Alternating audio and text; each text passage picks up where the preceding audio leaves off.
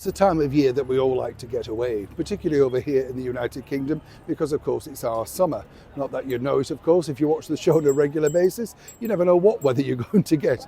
I know I bore everybody with it, but we're having a lovely day today. It's not bad at all, just about the right humidity, not too sunlighty, you know, the sort of thing.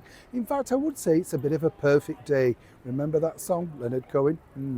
But it's interesting because, as we know, even the royals like to get away at this time of year, and they go to their very much favourite location that they've gone to, well, for over 100 years.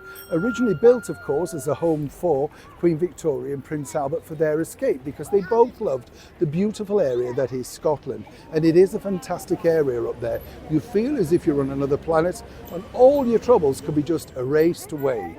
It's that nice, genuinely, you know.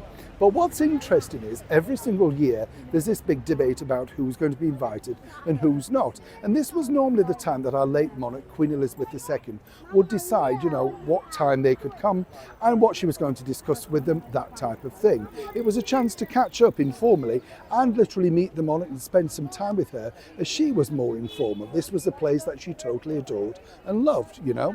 It was just a wonderful area. Now, as we know, King Charles is there right now enjoying his holes, and rightly so. He's had a bit of a tough year, as so many people have, but particularly with his own personal health issues. Now, it's interesting, isn't it? Because the media like to go on back and forth about were they invited. We're talking, of course, about the Sussexes. Were they invited? Were they not invited? At what period were they invited? And as I've told you before here on the show, you know, the bottom line is there's always an open invitation, particularly to Prince Harry. But His Majesty the King really did a very clever idea, in my opinion. Suggested that Harry could come, but bring the children. You know, totally safe, no security problems, and was willing to literally pave the way for that meeting. But apparently Harry didn't want anything to do with it. But as for Meghan, the true story is this. Let me explain.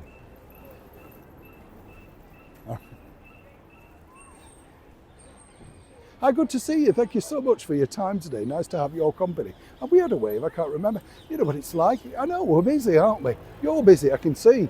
Don't nod off. I know, this is the problem.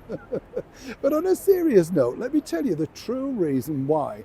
And, you know, as I said, it is a wonderful area, but it's not for everybody. You see, the thing why Meghan Markle dislikes Balmoral so much is simply this. She literally has no time for England, whatever she talks about, you know, our wonderful country, our United Kingdom. But apparently she doesn't like Scotland for, well, quite a few things. She doesn't really like the format that is laid out, you know, the hunting, fishing, shooting, that type of thing. Doesn't agree with that at all. Another thing that she can't stand is the midges. And on top of all of that, she's simply bored. And this is from an excellent source. She just does not like the getaway-it-all type holiday. Wants to be near things, coffee shops, sunshine, internet, that type of thing. Now, where it gets even more interesting is, you know, Harry does like that world. It's a world that he grew up in and, of course, was shielded from a lot of terrible things that were going on in the world, and he truly does miss it. And I've been told that he very much wouldn't mind returning back at some point. But he will be returning on his own 100%. Meghan can't stand it and has no desire to be bitten, as she said, like a pincushion with all the midges and the promise of not exactly great weather. The British summertime, of course.